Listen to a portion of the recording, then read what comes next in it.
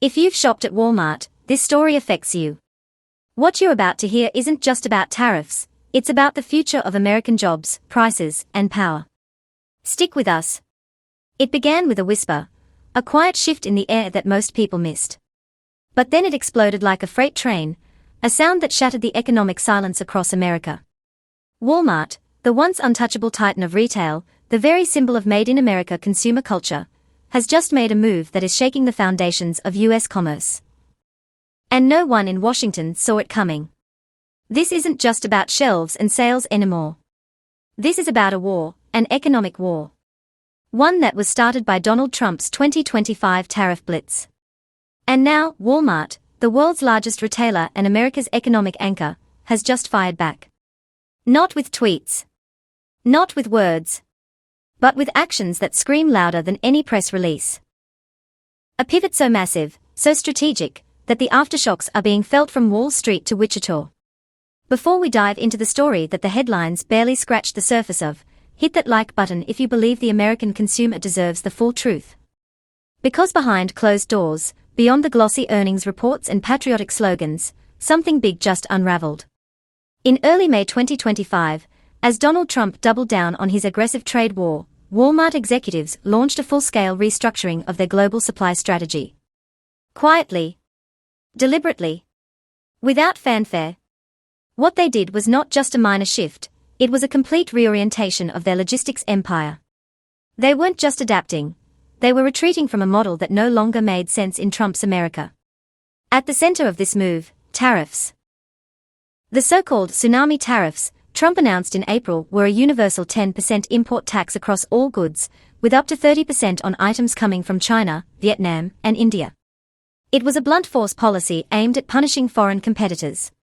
But it ended up punishing America's biggest companies too, especially Walmart, which relies heavily on global supply chains to keep prices low and shelves full. Let that sink in.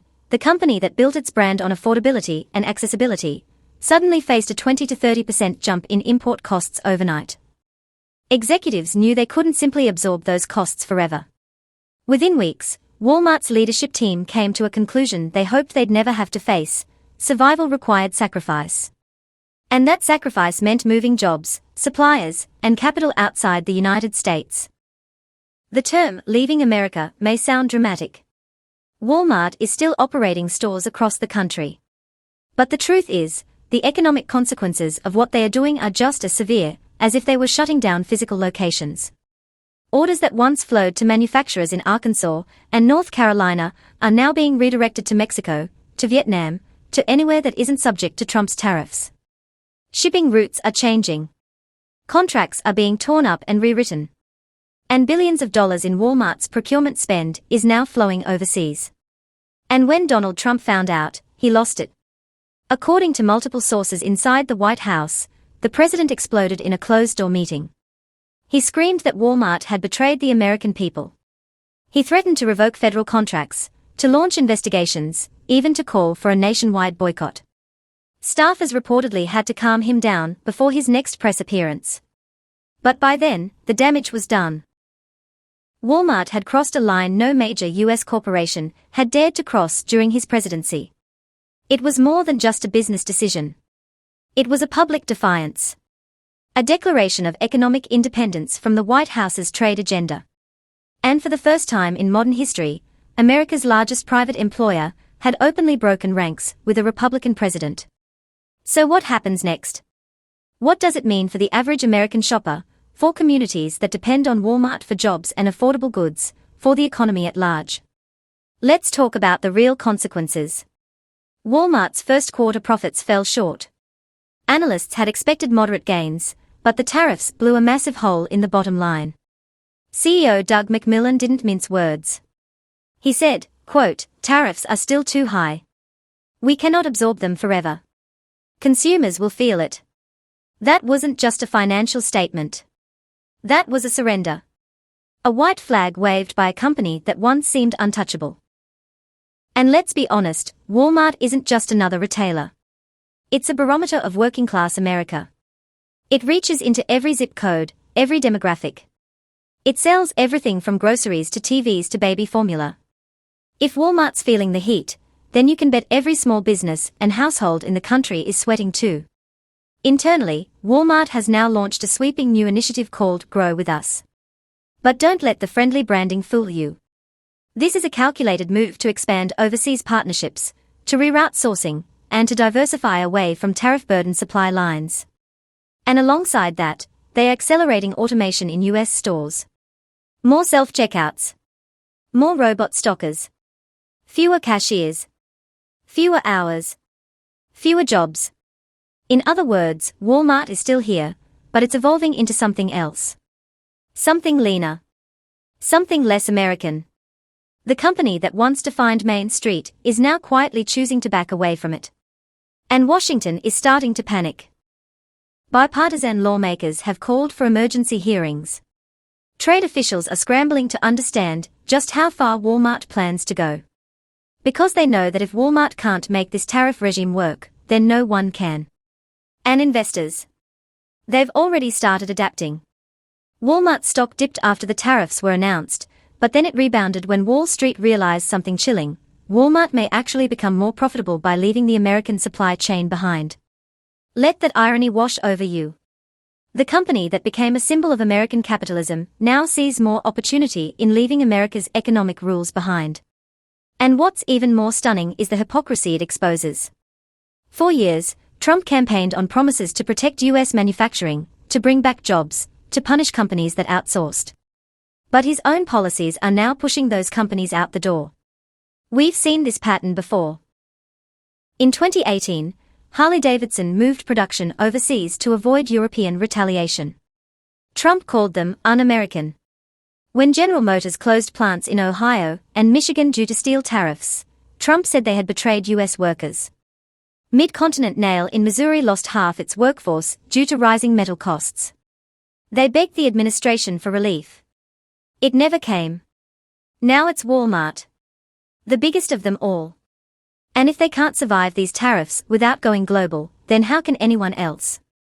Already, more than 100 US manufacturers have reportedly begun shifting operations to Mexico or Vietnam in just the last 60 days. Auto suppliers. Electronics vendors. Furniture makers. All quietly following Walmart's lead. And they are not making big announcements either.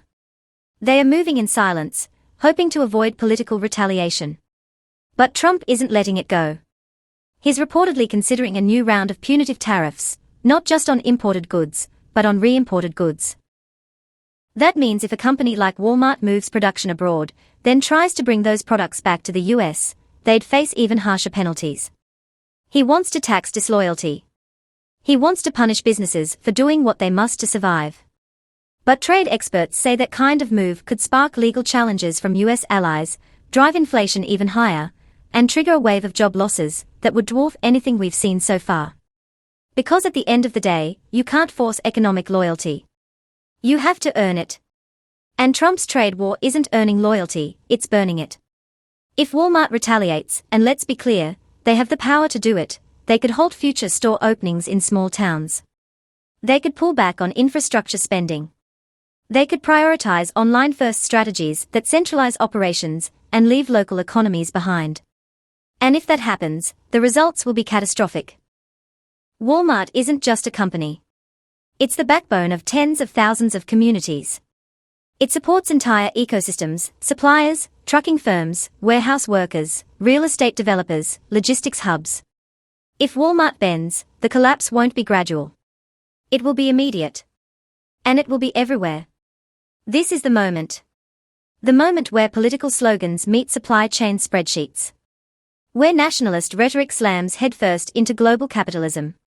Where American workers and consumers are left holding the receipt for an economic vision that no longer aligns with reality. Donald Trump said tariffs would bring jobs back. But instead, they are driving America's biggest job engine to look abroad for safety. Walmart is not walking away from America because it wants to. It's doing it because it has to. And that should terrify all of us. Because if even Walmart can't survive this economic nationalism experiment, then who can? And the scariest part? This is just the beginning. Because if Walmart is willing to gamble its American roots for survival, the rest of corporate America won't be far behind. Not unless policies change. Not unless someone in Washington finally listens. So ask yourself, are these tariffs protecting jobs, or destroying them? Is this economic patriotism, or political theater? And when the dust settles, who really pays the price? Before you go, hit that like button, subscribe for more deep dives into global economic shifts, and drop a comment below. Do you still shop at Walmart? Has your experience changed? We want to hear your story. Because this isn't just about Walmart. It's about you. Your town. Your job. Your wallet. And this story isn't over. It's just getting started.